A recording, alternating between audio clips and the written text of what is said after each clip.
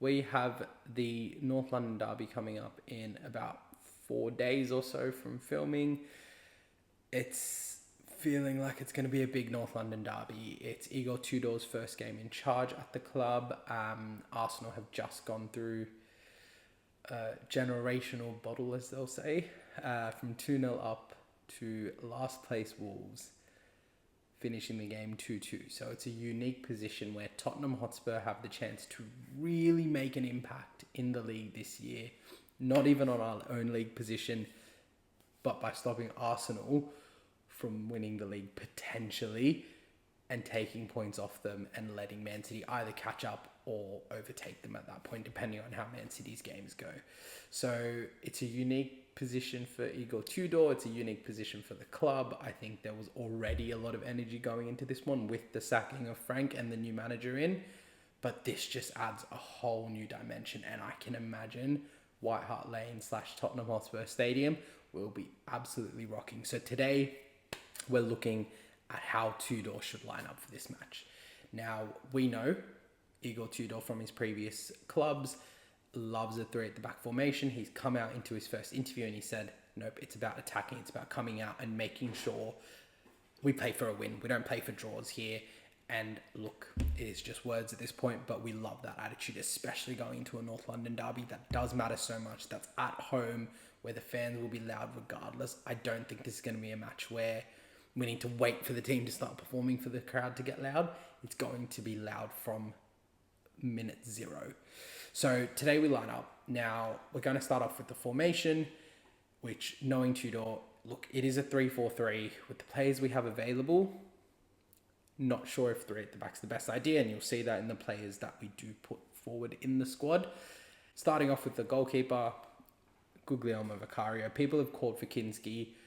This is not the game to bring him in. I know he had the fantastic game about a year ago against Liverpool, but we've seen him come in this season. He's not done a great job. Bringing him in the North London derby in Tudor's first game, it's not going to happen, and I think it's the right call to start him. Now, going into the back line, first and foremost, of course, it's quite obvious Mickey van der Ven's going to start at left centre-back in the absence of course, Cuti Romero, Kevin Danso. There's only really one option on that left centre-back, and I think he can play a fantastic role there. He will have the freedom, when you look at the other players, to potentially even make some forward runs, really surprise Arsenal. I think that's where we're going to get them, is they don't know what to expect with Tudor. The Tottenham that's been playing for the last 7 months, 8 months, isn't the Tottenham that's going to come out on Sunday and be in their faces. So that's going to be an opportunity to really shine.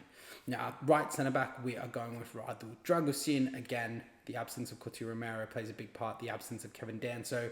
So if we're going to play three at the back, we need to play Dragusin there. I think it's not the worst formation for him. And at centre-back, we did see Frank do this a little bit, and we're going to play Palhinha there.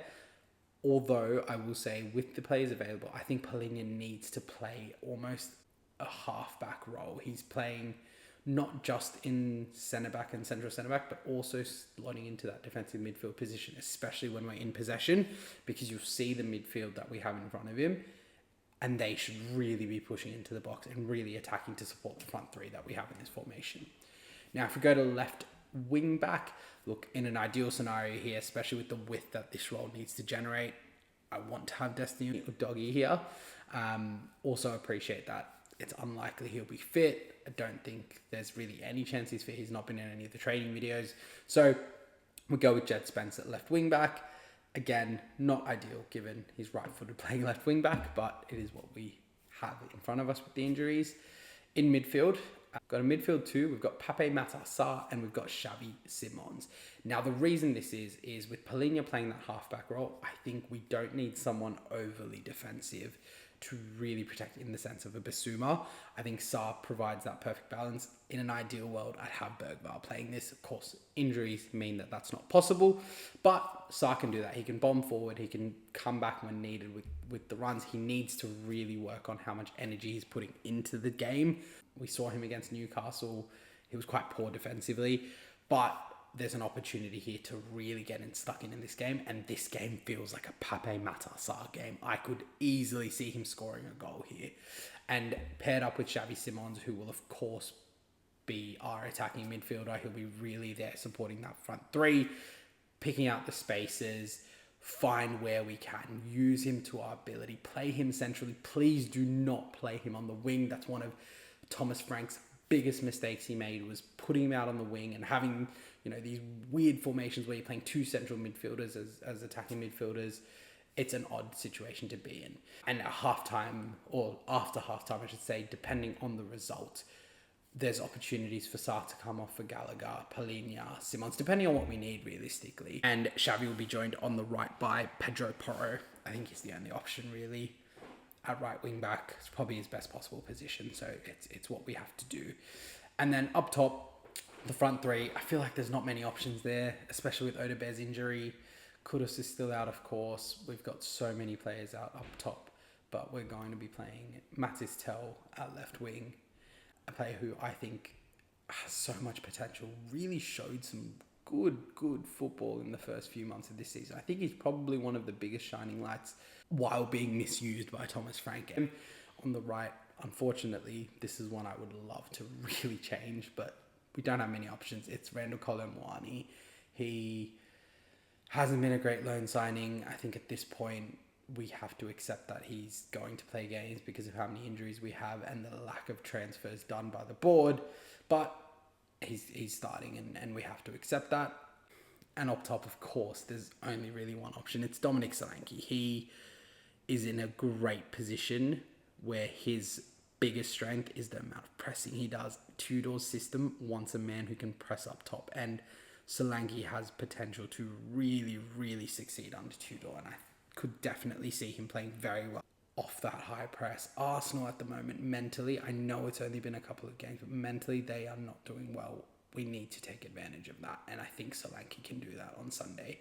That's how I think Tottenham have to line up to beat Arsenal on Sunday, really put the pressure on them in the league title, get us some momentum, get out of that relegation zone. If we can get a win against Arsenal, we are not thinking about relegation anymore, and it's about where we can finish in the table, how high we can. That confidence that comes with that, the belief for the team, from the players, the fans, everyone, we can really surge up the table.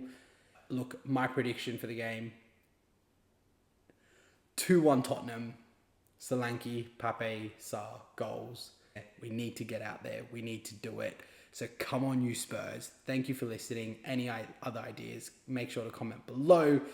Anything that you want to see, let me know your predictions. Let me know your lineups, where you'd change, who you'd bring in. And I will see you later.